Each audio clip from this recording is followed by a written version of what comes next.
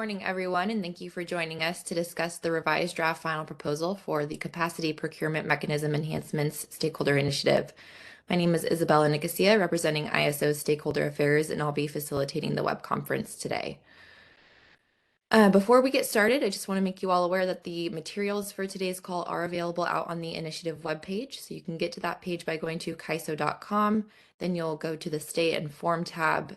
Underneath that drop down, you'll see Policy Initiatives.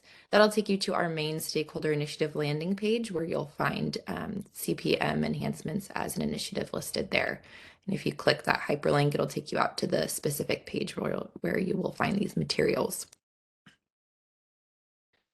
So just a few items before we hand it over to CB and Abdul. This call is being recorded. The recording is for informational and convenience purposes only. So any related transcriptions should not be reprinted without the ISO's permission. And this meeting is structured to stimulate dialogue and engage different perspectives. We just please remind everyone to keep comments professional and respectful. And then we do have quite a bit of time today. So please try and be brief and refrain from repeating what has already been said, but we will have ample time for questions today. When it is time to raise your hand to ask a question, you'll want to press the raise hand icon located just above the chat window. If you didn't connect to audio through the WebEx and you just called in, you'll need to press #2 to enter the question queue. And just a reminder to please remember to state your name and affiliation before making your comment so that everyone on the phone line knows who is asking the question. And then if you need technical assistance during the meeting, you can send a chat to the event producer. Our event producer today is Silas. And then you can also send your chat or your question in the chat to either myself or to all panelists. So again, my name is Isabella Nicosia. So for today's agenda, I'll hand it over to Abdul and CB here in a minute, but we'll focus mainly on proposals 4.1 and 4.2 of the revised draft final proposal. And we're expecting to finish up probably closer to 10 a.m. today instead of noon. But like I said, we do have ample time to address any comments and questions that may come up. So after we are done going through the two proposals, we will go over next steps and the revised initiative schedule. Then this slide here just shows where we are currently at in the policy initiative stakeholder process. So we are still here under proposal development at the draft final proposal stage. And then you'll see in the schedule at the end of the presentation, but we are targeting a March 2023 Board of Governors. So with that, I will hand it over to Abdul, and he will kick us off, I believe, unless CB, you wanted to make some comments before handing it over to Abdul. No. Okay, thank you, Isabel. I will jump in, and then Abdul will jump in whenever, as well. So good morning, everyone. This is CB here. So as Isabella said, we're here to talk about CPM Track 1 and our revised draft final proposal. And also, as Isabella mentioned, we're going to focus just on the first 2 of the 5 elements that comprise our paper. You know, we've labeled them 4.1 through 4.5, but we're going to talk just about 4.1 and 4.2 today, because those are the only 2 elements that we have adjusted since publishing the draft final proposal back in mid-September. So that is the plan. And Isabel, if we can go to the next slide. Okay, so let's start with 4.1. What are we doing with 4.1? Just want to make sure everyone remembers because it has been a little while. So with 4.1, this will give the ISO the ability to make midterm significant event CPM award reductions, so megawatt reductions, if the designated capacity is committed and shown to the ISO for an RA contract, RMR contract, or monthly CPM designation. And so if you remember, we already have this type of authority and flexibility for exceptional dispatch CPM awards. And if you look at this graph here down at the bottom of the slide, this comes right from our BPM, and I'm sure you've seen it before. This illustrates our existing authority. And sorry for the repetition, but I'm just going to walk you through this graph once more, just to make sure, again, that we're all on the same page here. So if you look at this graph, this shows shows a resource and its commitments across 2 months. Month A on the left, month B on the right. So if you look at month A, you can see the resource has an RA commitment that is represented by the blue horizontal line. And then you can see that the ISO makes an exceptional dispatch CPM designation that starts in the middle of month A. And that's, you can see the red line there. And that's a 30-day ED CPM designation. And because it's 30 days, it cuts across both month A and month B. It goes into month B.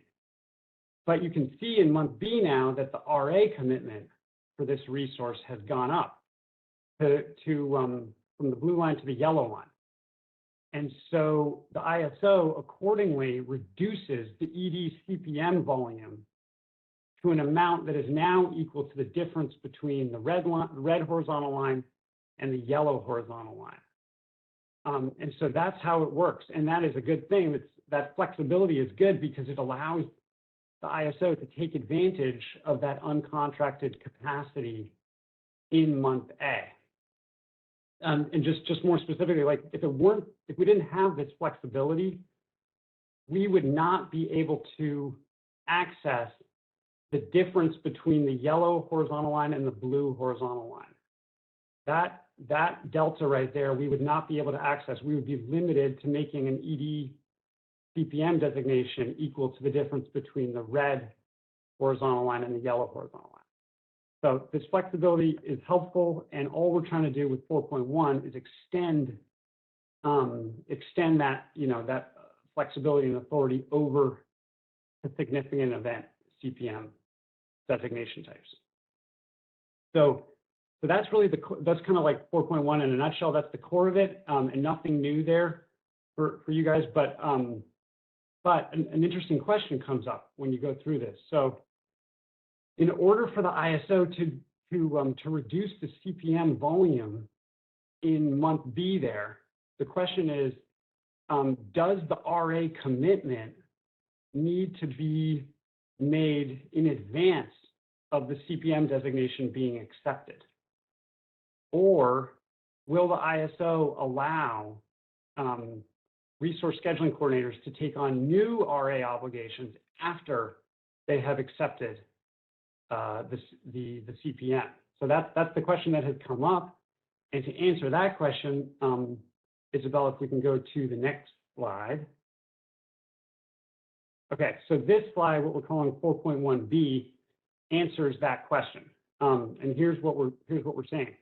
The ISO plans to allow both significant event CPM designated capacity and exceptional dispatch CPM designated capacity to take on new RA obligations after the CPM designation has been accepted.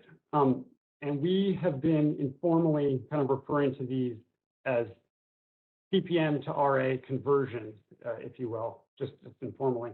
And if you all remember, we have been kind of against these conversions. And in our mid-September draft final proposal, we proposed to explicitly forbid these kind of conversions. But we got pretty strong stakeholder feedback from all of you that you wanted such conversions to be allowed because there's a chance that you basically, what we heard is that we don't want CPM designations, which are a backstop tool, to potentially hinder the fulfillment of forward RA obligations by reducing the pool of potentially available RA capacity. So that's what we heard from all of you. And so we are changing course here. And we're going to allow, our plan is to allow these conversions, but only for these two types of CPM designations. So specifically for significant event and ED CPM designation types. And just a couple other points to highlight here. If you look at these sub-bullets on the slide, the new RA obligations that I'm talking about, those have to be shown to the ISO as RA capacity through the regular RA showing process, and the ISO will correspondingly reduce the CPM volume of course, to ensure that there's no double counting or double payment. And again, we're talking about RA that is shown to the ISO here. So non-RA commitments, such as commitments to non-ISO balancing authorities, cannot be made after the ISO makes a CPM designation and the designation is accepted. And so we propose to amend the tariff to make this last point explicit as well. So I'm going to pause there and see if there are any questions on 4.1 and see if Abdul wants to add anything. Yeah, let's see if there's any questions. So again, to raise your hand, you can do so by pressing the raise hand icon located to the right above the chat window. If you connected to audio separately, you'll want to press pound 2.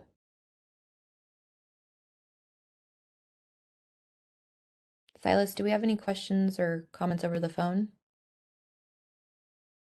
There are no questions in the queue at this time. Okay. Okay, let's move to 4.2. Oh, sorry, yeah, Isabel, thank you. Great. So, okay, so 4.2, what are we doing with 4.2? Well, we are proposing to allow resources to voluntarily accept significant event CPM designations for less than 30 days at the discretion of the resource SC when such designations are made to capacity that was not offered into the intramonthly CSP. Okay, so this last phrase here, the last phrase of that long bullet, that is language that we just added. And it's just a clarification. So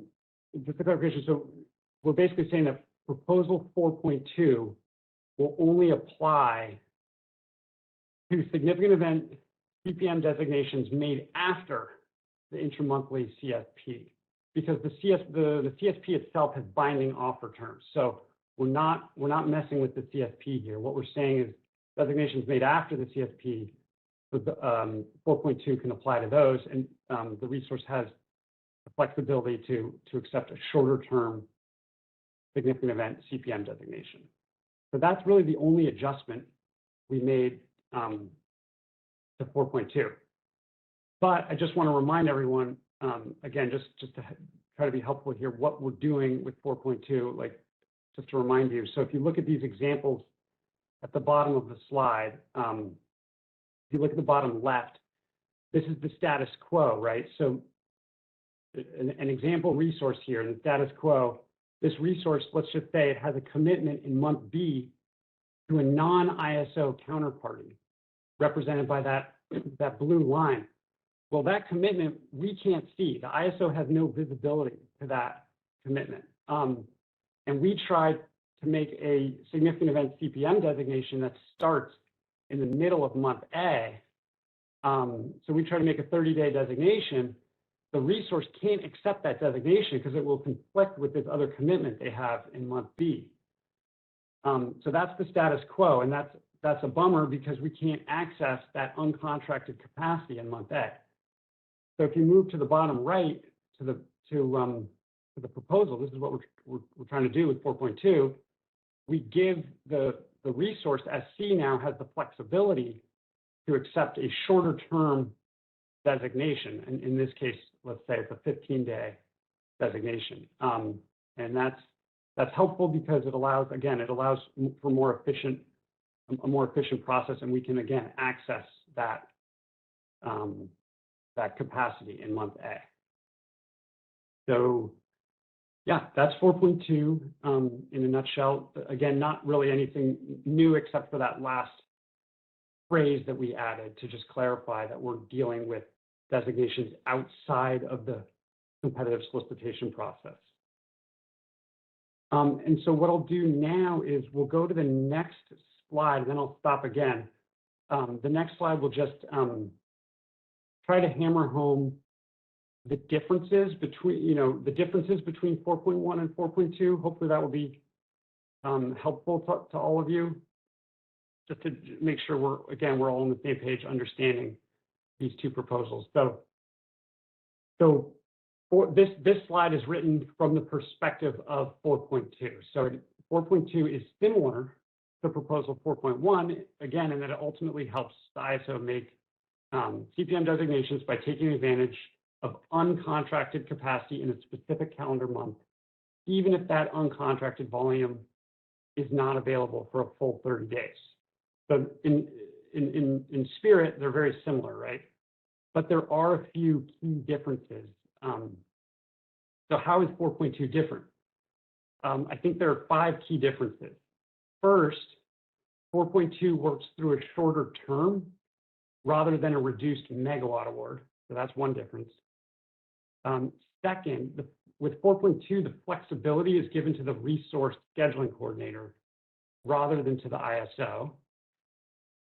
Third, 4.2 can be used to avoid conflicts with commitments that are not visible to the ISO, like we just talked about.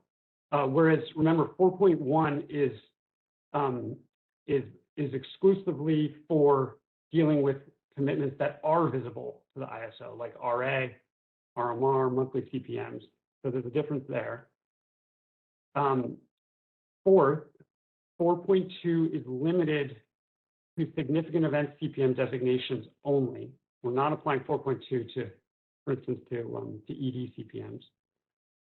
And then finally, with 4.2, changes are not allowed after the CPM designation is accepted, except as permitted by proposal 4.1.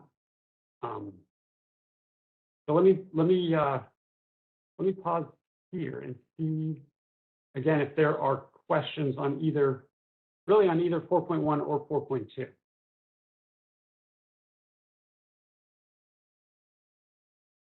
Okay, looks like we have one question in the queue. Let's go to Michael Perry.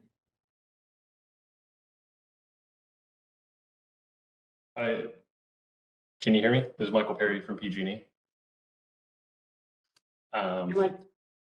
ACV. I had a question about 4.1, and it may be easier if you scroll back to the slide with the graphs. Perfect. You've talked about sort of forward sales. I'm curious how this interacts. For example, if in month B there's a new planned outage and the generator would want to use some of that unused capacity to cover the planned outage, it's still being shown to the CAISO. Is that sort of the same thinking, that it then just reduces that CPM?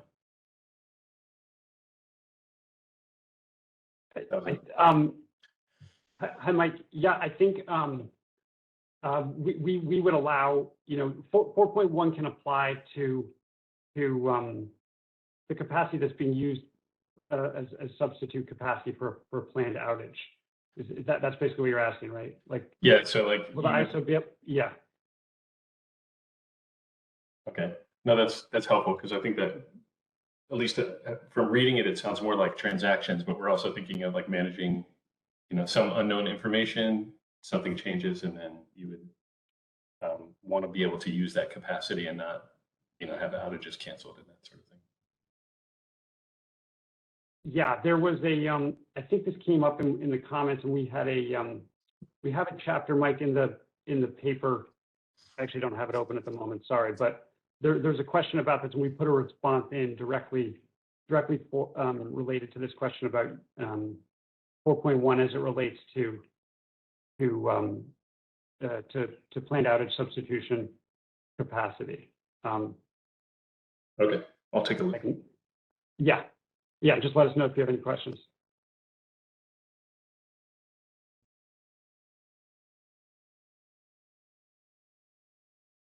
Are there any other questions on the phone line?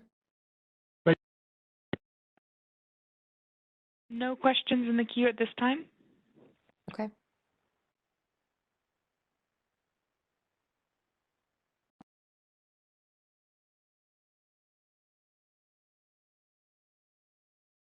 I do want to give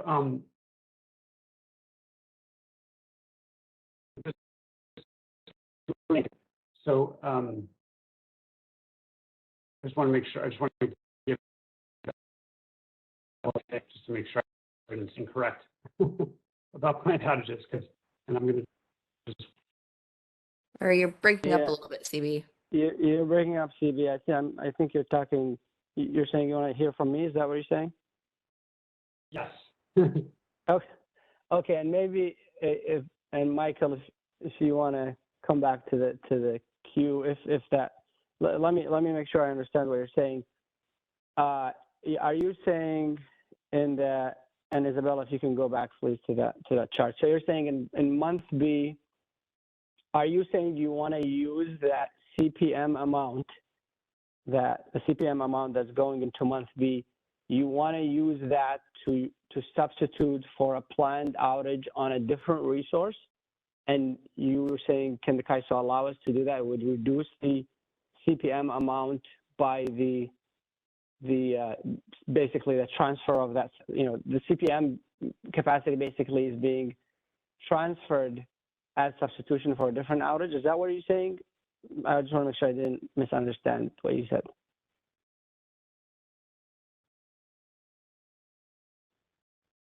And if we can unmute Michael Perry, please, the operator.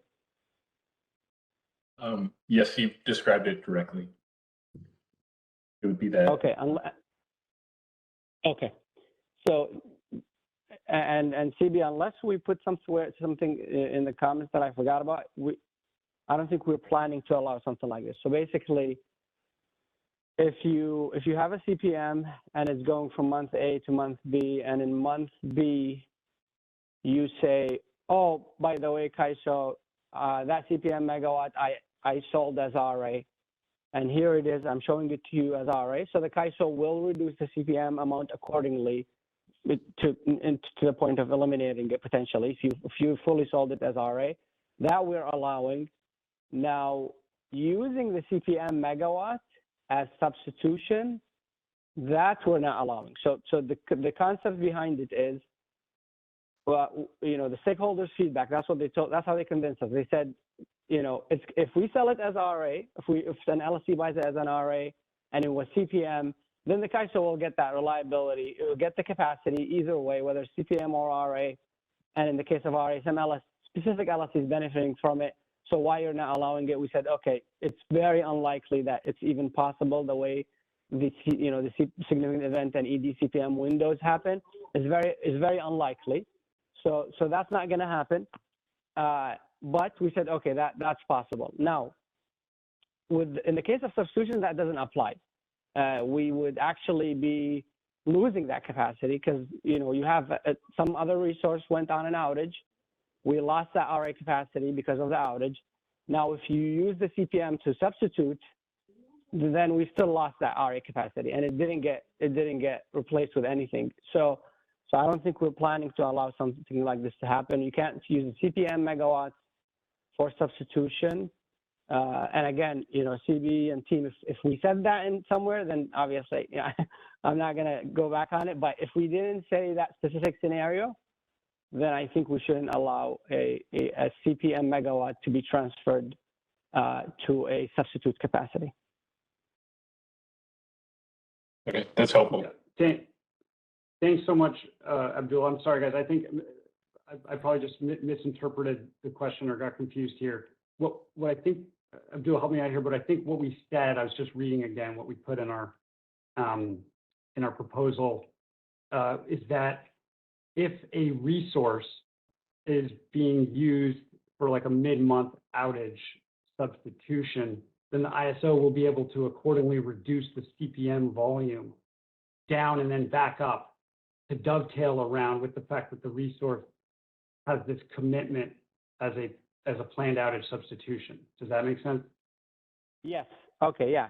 CB, that's actually that's 100% correct. That's what we do. That's what we do today. I mean, that's what we do today for ED, and yes, that's the extension 4.1. Yeah. Basically, yeah. If there's already substitution during the month that the month being this example where the CPM is going into, there's substitution happening already for a few days. We'll account for those in the adjustment of the CPM megawatts. That's correct, CB. Okay, awesome. Thanks, Abdul. So is that good? So Mike, we're good. Hopefully, hopefully we're good. Okay, I see a comment here. Say, please put in writing what you were just talking about. Okay. Yeah, we can, what Abdul and Mike and I were just talking about, we can make sure that's super clear. We can kind of highlight that in the final proposal. That shouldn't be a problem.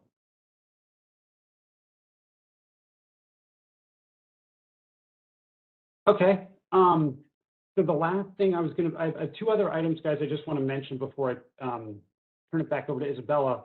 Well, one, you'll see a revised schedule that Isabella will show you, and you'll see we're now targeting a March Board of Governors, and that's primarily due to the fact there's just there's a lot going on at the ISO with big policy initiatives, and there's a bit of a queue for getting into the board with a lot of initiatives. That's one thing, but it does also help us out because it gives us a little more time and gives us the ability here to kind of have one additional round of policy development, which is helpful. So yeah, you'll see the revised schedule. And then the other thing I wanted to mention, I just want to call your attention to Chapter 6 in the revised draft final proposal. That's a new chapter, and it is just our standard language.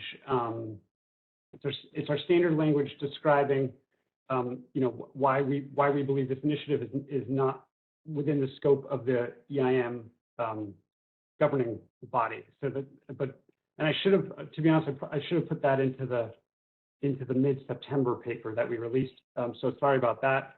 And just please let us know if you have, any concerns with that.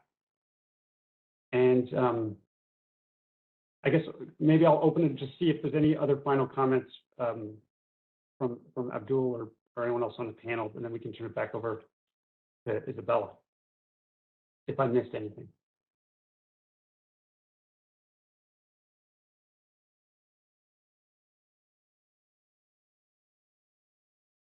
All right, not seeing anything. So I will share the revised schedule. So we're here at the December 6th stakeholder call. We'll then be taking comments on the revised draft final proposal by December 20th. And then after the holidays, we will target early to mid January to publish the draft tariff language and final proposal, and then have a stakeholder call for those two items, collect comments, and then that will take us to the March Board of Governors meeting, like CB mentioned. And then we will target 2023 for the FERC filing and implementation. So then here on this slide, again, it just goes over the comments deadline of December 20th. And then we will have a comment template available for you out on the initiative webpage. So there's a direct link to that page here on this slide for you. And if you have any questions, please feel free to reach out to us at isostakeholderaffairs@kaiso.com. But I'll pause here again just to see if we have any last questions before we conclude.